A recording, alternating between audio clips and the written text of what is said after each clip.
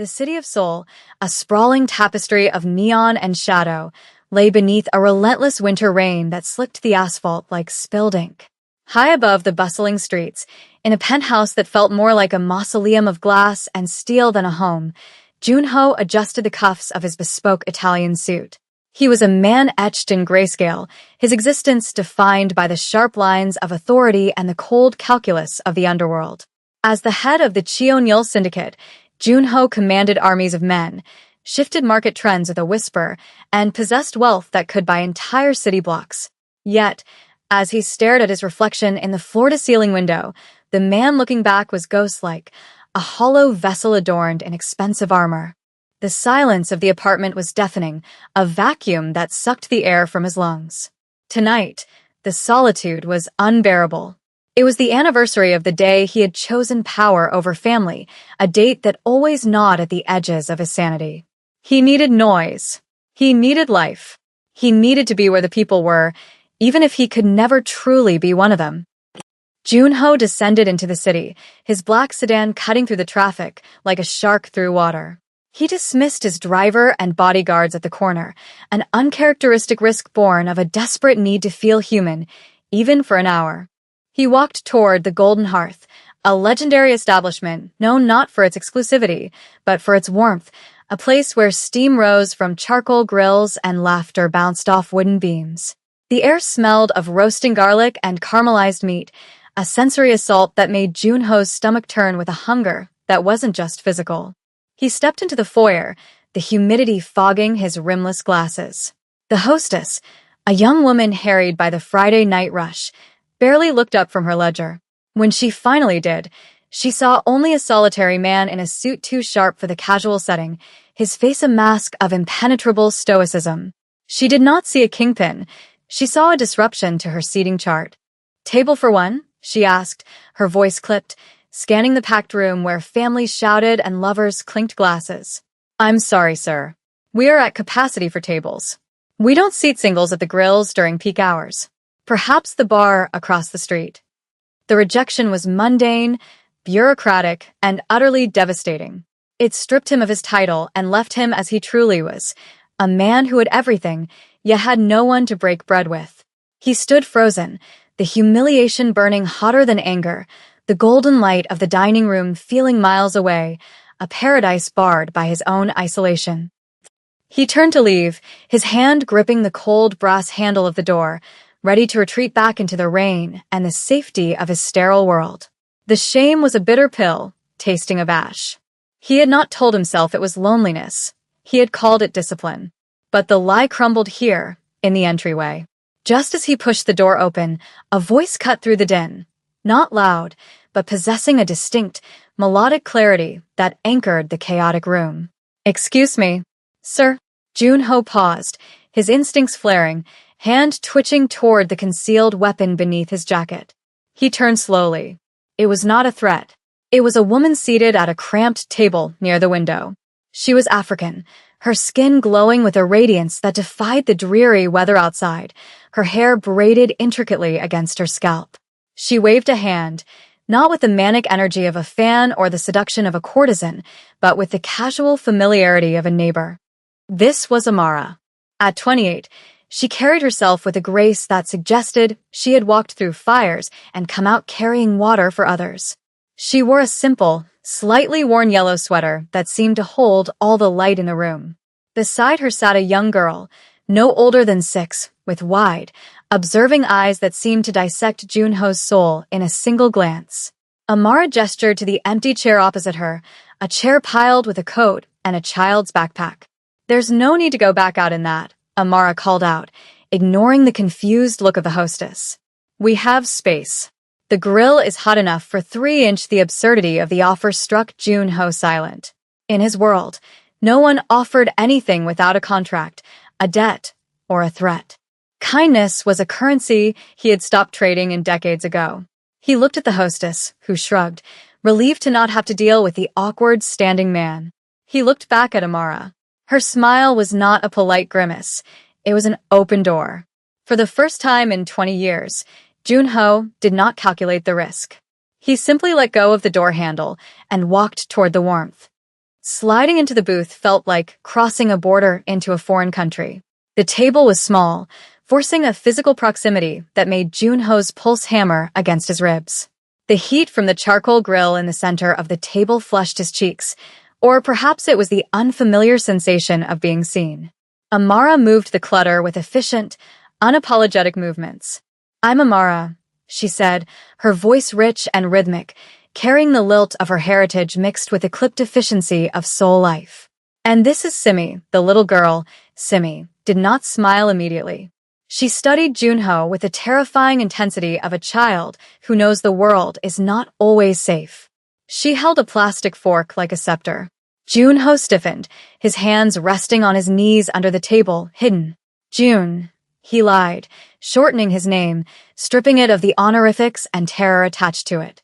"I am June." "Well, June, you look like you were about to fight the rain, and the rain always wins." Amara laughed, a sound that seemed to vibrate in the wooden table. She didn't ask why he was alone. She didn't ask about the suit that cost more than her car.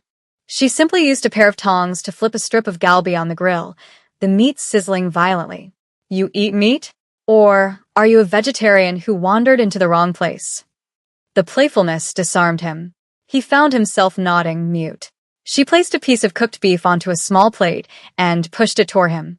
It was a gesture of such primal, maternal care that Junho felt a lump form in his throat. He picked up his chopsticks, the metal feeling heavy. He took a bite. It was just beef, marinade, and fire, but to Junho, it tasted like a memory of a life he had never lived. He looked at Amara, watching the steam curl around her face, softening her features. She wasn't intimidated by his silence. She filled it with a comfortable presence, attending to her daughter, wiping a smudge of sauce from Simi's cheek with a tenderness that made Junho's heart ache with a specific, sharp yearning. He realized then that he was sitting with a queen, though her kingdom was merely this booth and the little girl beside her. As the meal progressed, the armored layers of Junho's persona began to chip away, not from force, but from the relentless, gentle erosion of normalcy. The soja bottle was opened and shared, the sharp liquid warming his chest. Simi, having decided he was not a monster, finally spoke. "Do you have a little girl?" she asked, her voice high and demanding. Amara hushed her gently. "Simi, eat your rice." But she didn't stop the question. Juno frose. He thought of the abortions he had paid for, the relationships he had severed to keep his enemies from having leverage. "No," he said, his voice rasping. "I have work." "Lots of work," Simi nodded sagely, as if this explained everything. "My mommy works too. She cleans the big building with the blue lights. She says her hands hurt, but she still braids my hair." Junho looked at Amara's hands. They were beautiful, strong, but the skin was dry, the knuckles slightly swollen, and the nails were short and unpolished. They were hands that labored. He felt a sudden, fierce spike of protectiveness that startled him. He looked at his own hands, manicured, soft, stained only with invisible blood. "You work in the Azure Tower?" he asked. It was a building he owned. He didn't say it. Amara nodded, taking a sip of water. "Night shifts mostly. It allows me to take Simi to school." She didn't complain. She stated it as a fact of survival. There was a dignity in her struggle that made his own triumphs feel cheap. He found himself leaning in, asking her about her life, her journey from Nigeria to Korea, the difficulties of raising a child alone in a homogeneous society. She spoke of prejudice and hardship not with bitterness, but with the resilience of someone who knows her own worth. As she spoke, her eyes locked with his, and in the golden haze of the restaurant, the atmosphere shifted. It was no longer just charity, it was chemistry. A spark of attraction, raw and undeniable, arced between the tired single mother and the lonely kingpin. For a moment, the restaurant faded, and he was just a man captivated by a woman's strength. The climax of the evening approached not with a bang, but with the arrival of the bill. The waiter placed the small leather folder on the table. Amara wiped her hands on a napkin, her expression shifting from laughter to a momentary, calculated stress. She reached for her purse, a worn bag with a fraying strap, and began to count out bills. Junho saw the hesitation, the mental math she was doing. sacrificing tomorrow's comfort for tonight's joy. The sight of her counting one, the crumpled currency of the working class, triggered a violent reflex in him. This was a problem he could solve. This was the one language he spoke fluently. He didn't just want to pay the bill. He wanted to crush the very concept of her struggle. "Stop," Junho said, his voice dropping back into the command register of the boss. He reached into his jacket and produced a black titanium card, heavy and cold. He didn't just place it on the bill. He placed it on top of her hand, covering her money. "I will take care of this." It wasn't an offer. It was a decree. Amara looked at the card, then up at his face. The warmth in her eyes cooled slightly. She saw the shift in him, the return of the mask. "June," she said softly, trying to push his hand back. "You were our guest. I invited you." "It is nothing to me," he said, and the words came out wrong. They sounded arrogant, dismissive of her sacrifice. He leaned forward, intent on fixing her life in the only way he knew how. "In fact," he continued, the transaction taking over his heart, "I can help you. The building you work in? I know people. I can get you a better position. I can pay for Simi's school. You don't need to count bills." He thought he was being a savior. He thought he was offering a lifeline. He did not realize he was stripping her of her agency, reducing their connection to a transaction where he was the benefactor and she was the charity case. He watched her face, expecting gratitude, but instead, he saw a wall go up, a wall built of pride and boundaries that no amount of money could breach. The air at the table grew thin, the romantic tension curdling into a conflict of worlds. He had shown her his power, but he had hidden his heart again. Amara stared at the black titanium card as if it were a weapon placed on the table, her expression cooling from the warmth of shared laughter to a rigid, dignified sorrow. She did not raise her voice, nor did she cause a scene that would draw the eyes of the bustling restaurant, but the air between them shifted instantly, freezing the camaraderie that had bloomed only moments before. She slowly reached out, her fingers rough from labor but steady in their resolve, and slid the heavy card back across the wooden table toward him. It made a harsh scraping sound against the grain, a noise that seemed to echo in the sudden cavern of silence between them. "June," she said, her voice dropping to a register that was firm and unyielding, "you have mistaken my hospitality for a plea." She picked up her own crumpled bills, smoothing out the corners of a 10,001 note with deliberate care. "I invited you because no one should eat alone in the rain. I did not invite you to audition for the role of my savior." Simi, sensing the shift in atmospheric pressure, stopped chewing, her large eyes darting between her mother's straightened spine and the man who had suddenly become a stranger again. Amara continued, her eyes searching his, looking for the man she had glimpsed behind the expensive suit. "Money is easy for you." It is heavy for me, yes. "But it is mine. When you try to buy my struggles, you take away my victories." "I am not a project to be fixed with a swipe of a card." She stood up, gathering Simi's backpack and coat with swift, fluid motions. The rejection was total. It wasn't just a refusal of funds. It was a rejection of his worldview. She placed her money on the table, the exact amount for her and Simi, leaving his portion unpaid, a final boundary drawn in the sand. "Thank you for the company, June. But I think we are finished here." She took Simi's hand, and the little girl looked back once, confused, before they disappeared into the rainy night, leaving Junho sitting with his black card and a pile of cold meat, the golden light of the restaurant suddenly feeling very, very dim. The drive back to the penthouse was a blur of neon streaks and suffocating silence. The interior of the sedan, usually a sanctuary of leather-scented quiet, now felt like a coffin. Junho sat in the back, the unread messages on his phone piling up, threats from rivals, reports on shipments, the endless chatter of an empire built on fear, but he could not bring himself to care. He stared out at the rain-streaked window, watching the city dissolve into gray tears. When he entered his apartment, the sensory deprivation was absolute. The climate control was set to a perfect, sterile 20 degrees. The lighting was a cool, architectural blue that highlighted the sharp angles of his imported furniture. It was a perfect life, and it was absolutely wretched. He walked to the kitchen island, pouring a glass of whiskey that cost more than Amara's monthly rent, but he couldn't drink it.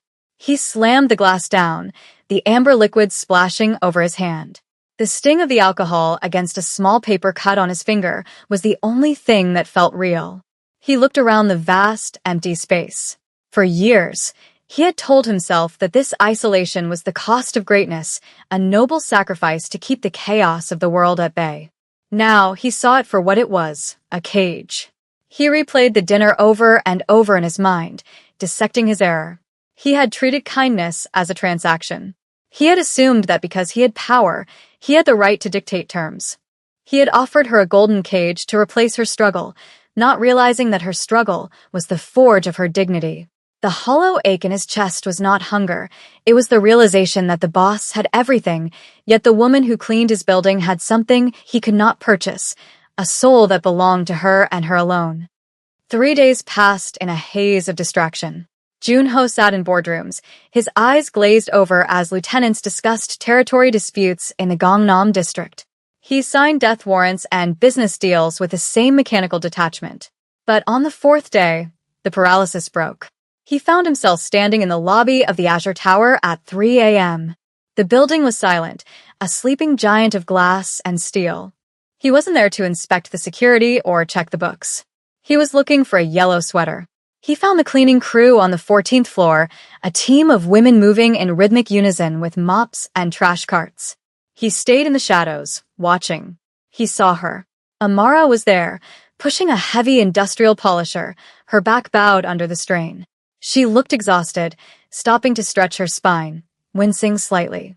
But then, another woman said something, and Amara laughed, that same rich, resonant laugh that had anchored him in the restaurant. It was a sound of defiance against the drudgery.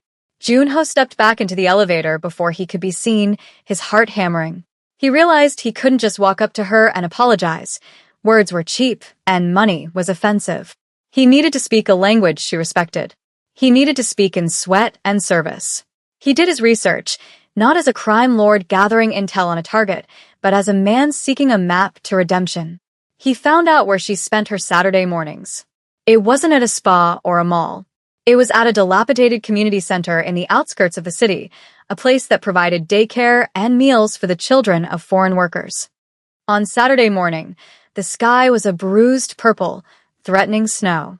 Junho arrived at the community center, but he did not arrive in his black sedan, and he did not wear his Italian wool suit. He wore a pair of nondescript work pants and a thick, generic parka he had bought from a street vendor.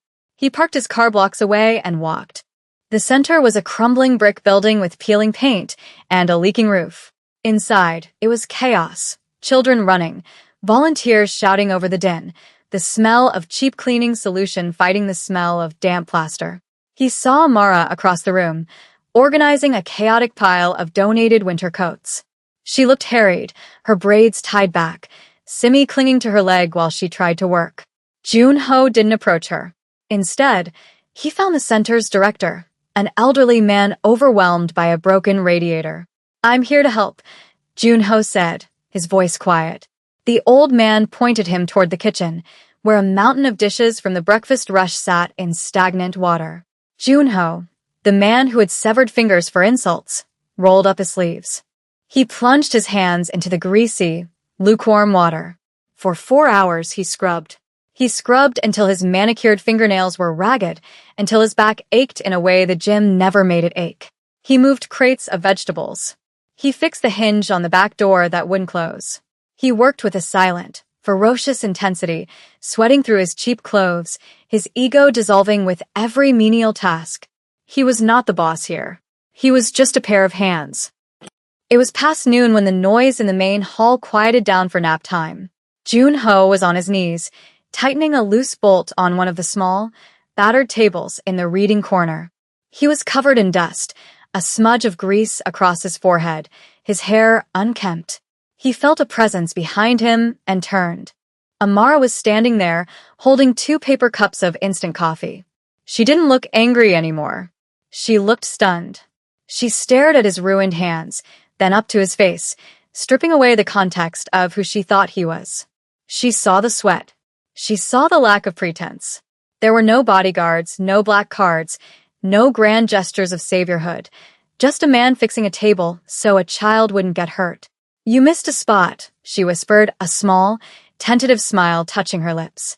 It was a callback to their first meeting, a bridge being rebuilt.